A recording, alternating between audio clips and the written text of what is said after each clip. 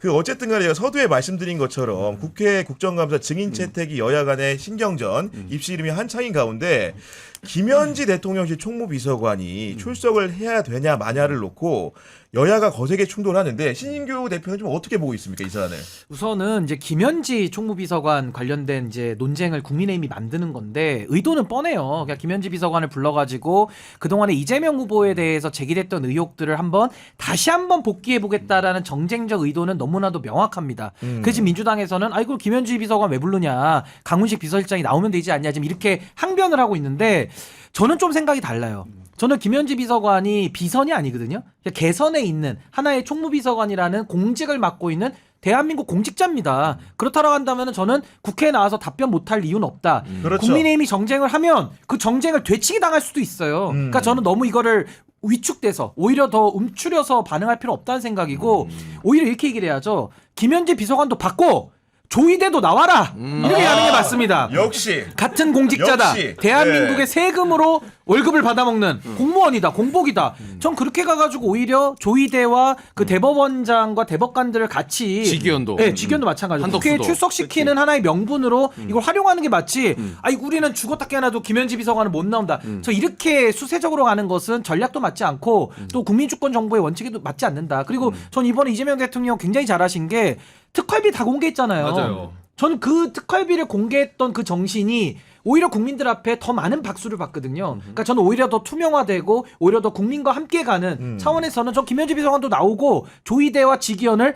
맞트레이드를 하는 게 훨씬 더 낫다. 저 그렇게 봅니다. 야, 너무 좋은 안건 같고 실제로 특수활동비 공개 같은 경우에도 대통령실의 살림살이 재정을 챙기는 사람이 총무비서관이기 때문에 그런 의사결정을 할 때는 김현지 비서관의 의견이 영향을 줬을 것 같다는 생각이 드는데 네. 우리 교수님은 이 사태 좀 어떻게 보십니까? 그러니까 지금 이제 신인규 변호사 말처럼 그 전제 조건이라면 가능하다고 저는 생각해요. 그러니까 예를 들면 조이대나 아니면 직위원이 같은 이런 사람 다 공무원이니까. 나오면 그래서 나오는데 만약에 김현지 비서관이 나온다. 그럼 뭐 저는 동의. 근데 그거 아니고 그냥 김현지 비서관 혼자 나오라고 하는 건 저는 말이 안 된다고 생각해요. 예를 들면 예전에 윤석열 때 총무 윤재관인가요? 윤재순. 윤재순 네. 죄송합니다. 윤재순 비서관 같은 경우에 문제가 많아서 그런 거예요. 돈을 잘못 쓰고 어디에 공사를 하고 이런 문제 때문에 부른 거 아니에요. 그러면 김현지 비서관에 대해서 예컨대 무슨 뭐 의혹이 있거나 문제가 있거나 뭐가 있을 때 부르는 건 이해를 해요. 근데 그럼 모든 비서관 다 불러요? 그럼 대통령실에 있는 비서관들이 한두 명입니까? 그러니까 총무비서관을 부르는다면 뭔가 이유가 있거나 원인이 있다면 부를 수 있지만 아까 신규 변호사 말처럼 정쟁을 위해서 부르는 거예요. 이재명 대표정 측근 아니냐. 당신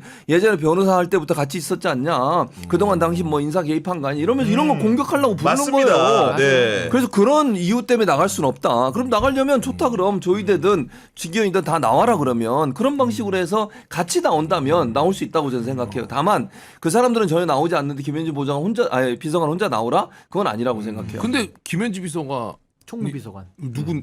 누구냐고? 그러니까 이재명 당시 또 이제 궁금해하니까. 성남시장 같은 때부터 경우에는, 네. 오랜 세월 이제 정치를 같이 해온 어떻게 보면 범동지로 이제 볼 수 있는데 오래된. 그러니까 가까운 인물인 건 맞죠. 그래서 저 국민의힘에서 뭐 만사 현통인가 뭐 이런 말을 또 만들어가지고 자꾸 이제 공세를 하는 거예요. 그래서 저는 국민의힘의 공세 당연히 잘못됐고 뭐 최 교수님 말씀하신 대로 이유도 없이 부르니까 그런 거 다 국민들께서 판단하시거든요. 그러니까 저는 국민을 믿고 저는 대한민국의 공직자라고 하면은 뭐 국회 나가서도 못할 말은 없다. 묻는 말에 또 차분하게 답하면 되는 거고 네. 뭐 국회도 선출 권력이니까 맞습니다. 저는 불러서 한다고 하면 떳떳하게 하는 게 맞고 이 같은 논리로 조이대 직위원이 나오라는 거예요. 저는 똑같은 논리로. 그래서 저는 오히려 이런 국민의힘의 공세가 하나의 저는 오히려 본인들의 발목을 잡는 오히려 역되치기를 당할 수도 있다. 근본적으로 그런 생각이 김현지 듭니다. 비서관을 국힘에서 부르고자 하는 이유가 뭐예요? 그러니까 이제 이재명 대통령에 대한 최측근이니까. 공세를 하고 싶은데 이 대통령 못 거리가 부르니까 없으니까. 김현지 비서관 불러다가 그렇지. 자기들이 좀 소위 말해서 정치적 공격을 공세에 하려고 하는 그래서 뭐 거야. 샌드백으로 쓰겠다 이제 이런 의도인데 뭐 이슈가 있었던 건 아니고. 이슈는 지금은 뭐 아직까지는 없죠. 대단한 건 없는 상황인데 저도 궁금해가지고 김현지 비서관과 가까운 분들한테 좀 어떤 캐릭터인지 물어봤더니 제가 내린 결론은 뭐냐면은 지금까지 전례 없었던 최측근 캐릭터다. 어떤 점에서 그러냐면은 보통은 이렇대요. 그러니까 정치권 주변에 있는 사람들이 아무래도 공적인 목적으로 밖에 일을 하다 보니까 자기 위세를 과시하는 경우가 많아. 어쩔 수 없이 자연스럽게. 그런데 그래서 누구의 최측근이다 하고 해서 만나면은 대부분 보통 사람들은 내가 내가 모시는 상관을 얘기하면서 굉장히 이렇게 자신을 높인다는 거예요. 자기를 판다는 거야. 근데 김현지 같은 경우에는 정말로 이제 순수하게 이걸 뭐 이제 양념을 하는 게 아닙니다. 모든 판단을 다 본인을 위해서가 아니고 어떤 얘기를 해보면 이재명에 대해서 좋은가 안 좋은가만 따진대요. 그러니까 누구를 만났을 때 내가 이재명을 모시는 최측근 누군데 이렇게 시작하는 게 아니고 모든 관심사 거기에 집중이 돼 있는 사람이기 때문에 심지어는 제가 내로라 하는 기업들한테 다 전화를 해봤습니다. 임원들한테 전화 걸어가지고 국회 나가는 분들한테 김현지 만나본 적 있어 없어 그랬더니 없다는 거야. 이유는 간단합니다. 그분은 외부인과 안 만나요. 식사도 안 하고 커피도 안 마신대. 맞아요. 좋은 참모 아니에요? 아니 그러니까 그거는 그런 참모죠, 의미에서는 그러면. 그런 거고 다만 이분이 왜 이렇게 영향력이 있냐고 불리는 거 이런 거라고 합니다. 대선 경선 캠프가 꾸려졌을 때 사실은 이재명 대통령은 당선 가능성이 매우 높은 분이었기 때문에 대선 본 캠프는 사실은 확장적인 거고 경선 캠프에 들어가는 게 굉장히 나름 원하는 바들이에요. 들어가면 무조건 대통령이 직행한다 이런 생각을 하는데 그 자리에서도 그 김현지 비서관 같은 경우에는 별도의 파티션을 쳐줬대. 업무 공간이 별도로 있었다는 거야. 그 정도로 사실은 굉장히 비밀스럽게 중요한 일들을 많이 했기 때문에 아마도 이재명 대통령이 너무나 아끼고 이렇게 살뜰하게 챙기나 보다 이런 소문이 났다고 합니다. 들어봤더니. 네. 그러니까 뭐 저는 이제 우리 구 교수 얘기한 거에 100% 동의하진 않고, 그러니까 저는 제가 네. 경험한 제가 이제 뭐 김현지 보좌관 할 때나 이럴 때 보면 사람을 안 만나요 일단.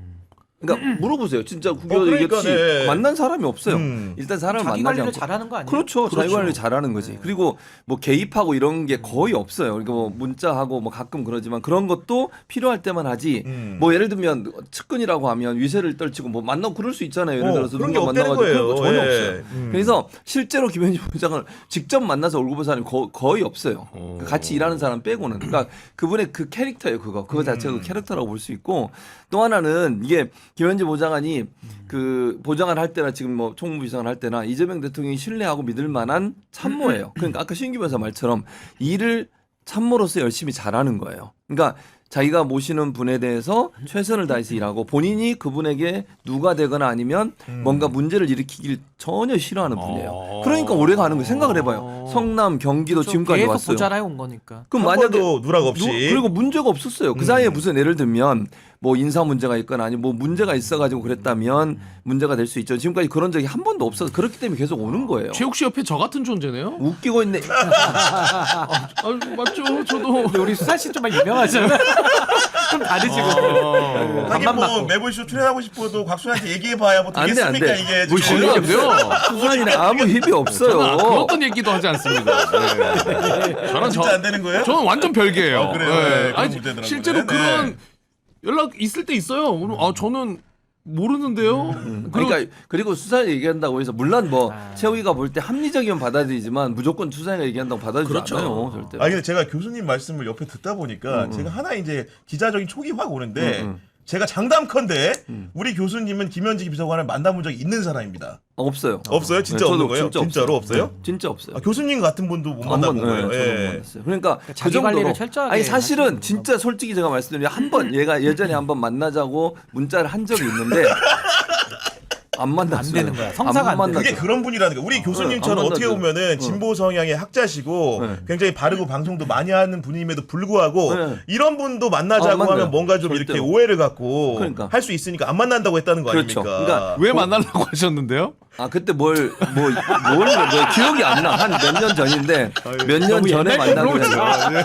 한참 전이에요. 최근이 아니고 아, 오해. 한참 전에. 여러분 오해하면 안 돼요. 한참 전에. 몇년 시호가 전에. 있어. 1년 전 것만 물어보네.